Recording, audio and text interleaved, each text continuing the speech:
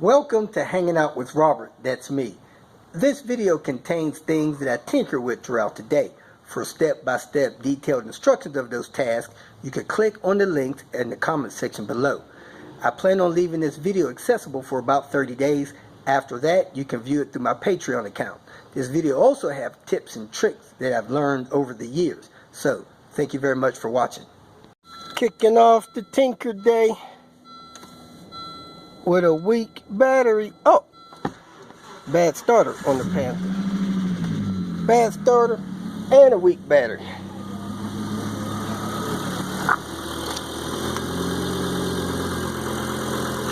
I guess I'll replace this starter soon. Can't be jacking around with that all the time. Here's where my boost gauge sits with my car off. If it's not sitting straight up and down, somebody probably pulled the needle off, didn't put it back right. That's where my other boost gauge sits. The car off. Let me go ahead and start the car. And that's the mercury it pulls with the car idling. And that's where the boost gauge sits with the car idling. The stock boost gauge. Look like it's idling about 840 where it should be. So mine is halfway in the vacuum. Went out to the junkyard and pulled a throttle pedal and sensor off of a Saturn Ion.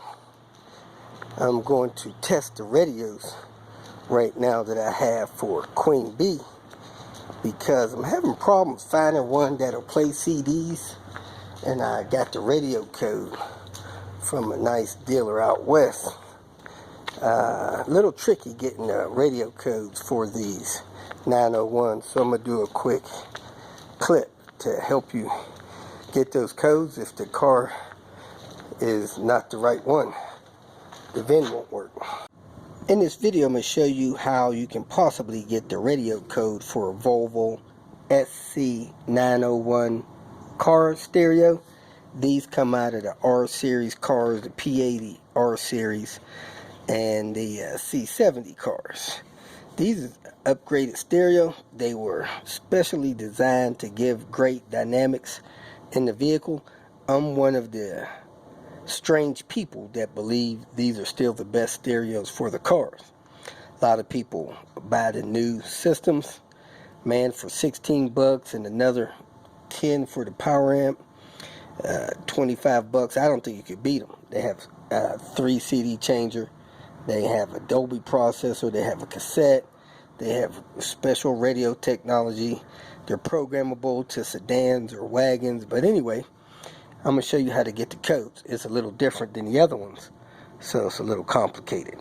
You can call the dealer, some dealers, if they know how, and get the radio code. You look on the bottom, and etched into the bottom of the panel, you see the serial number. It says S/NOAL, then it has a line of numbers there. Then there's a line of numbers right under that. When you call the dealer that's going to help you, you want to get those numbers that's right under that. On this unit, it's H space 4 space 0, on and on and on. Then you flip the radio over and you give him the part number. The part number on this one is 8682113. And of course you give him the model number, which is the SC-901. Then he should be able to give you the code. This code was 5233. I got 2 of them. I'm going to test them, see if the CD works, and I'm going to use one of them in Queen Bee, the other one in Panther, and I'm also going to upgrade Queen Bee's stereo system to that Dyne Audio speaker system in there.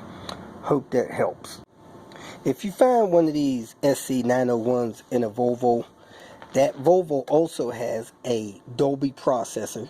It'd be nice to grab that. And it also has a power amp. If it's a C70, the power amp's back in the trunk on the driver's side. If it's a S or V70R, something along those lines. The power amp may be under the seat or something. You got to find a power amp.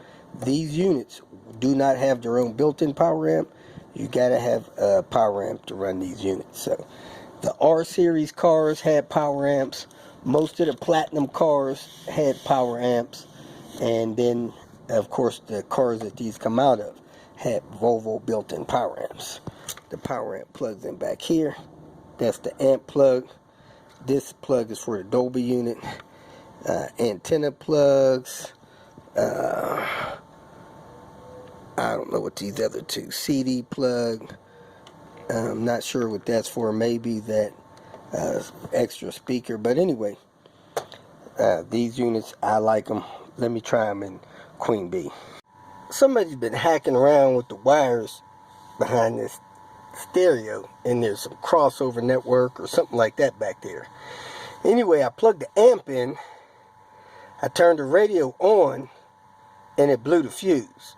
So I unplugged the amp, replaced the fuse. Now let's see if this works. It may not, because now the amp's unplugged.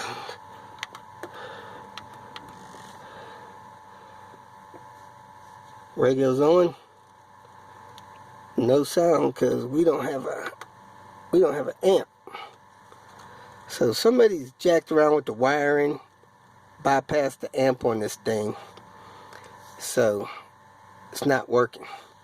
Let me go ahead and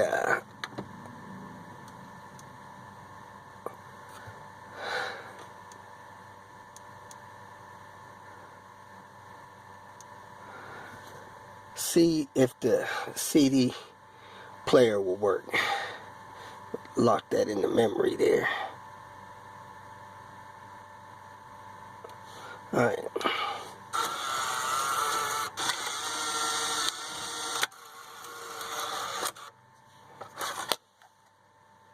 I got one CD in there. I'm going to put another one or two in there from up there, my little collection. Slide them in there. You get 3 slots, 3 CDs. I'll put them in here and see what happens. I had one of these, the thing got stuck. Really had a hard time getting that thing back out. Let's see if it starts playing. It may be playing. Let me try to scan the next track. How would I do that? Alright, that's the next track.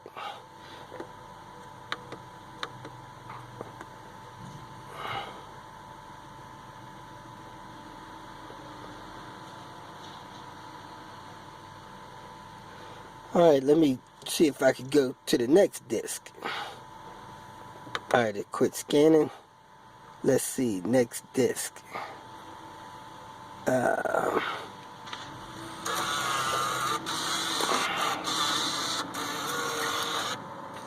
Disc 2, track 00, track 1. See if it could go track 6. Man, this thing actually looks like it's working. So I need to pull this out and try to figure out what's going on with this power amp. Got a short. Tell it to load the 3rd disc. See how that goes. Disc 3, track 1. Doesn't sound good.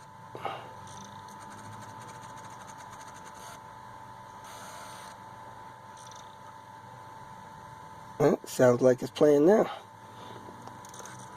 Crank that over to track 6, track 5, track 4. That thing might actually be working. But since my power amp's jacked up, I gotta figure out what's going on with that. Alright, let me go ahead and try the other radio. Okay, I pulled the CD cartridge out, and there's a disc in the top one, a disc in the second one, and I removed the disc from the third one, the bottom one. But evidently, that bottom one is disc 1, the center one is disc 2, and the top one is disc 3. So I hit 3, and that's actually going to play the disc that's in the very top of the unit. So the discs are loaded in 1, 2, then 3. I'm going to pull the second disc, and then I'll be able to play, or move the second disc down to 1, then I'll be able to play 1 and 3. There won't be 1 and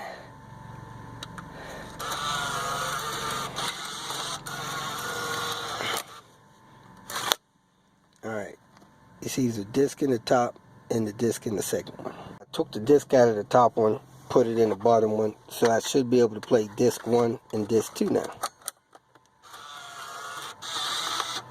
I assume as soon as you put it in there, it goes right to disc 1, which it did.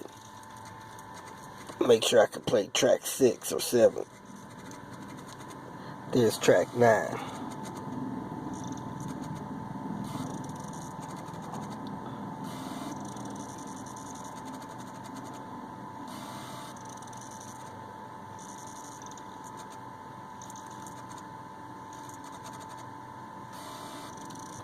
Don't seem to be playing it. Maybe the disc is dirty or something. Let me go to disc number 2.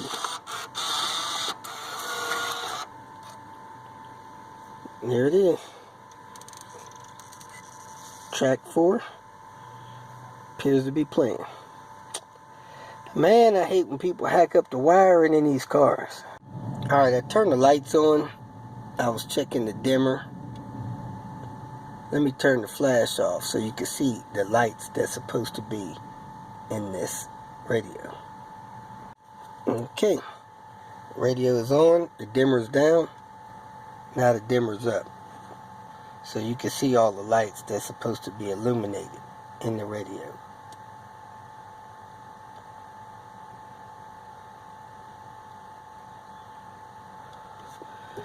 Normally there's one for these 3 buttons, one for these 3 buttons, one for this quadrant, one for this quadrant, one for this quadrant, and one behind the display. If you feel that this information was useful, please like it and share it with your social media friends. You can subscribe to my channel so that you will get notifications of future videos that I post. You can follow me on Twitter, and if you need to contact me directly, please visit my website. And if you have any questions, leave them below, and someone or myself will reply to them. Again, thank you very much for watching.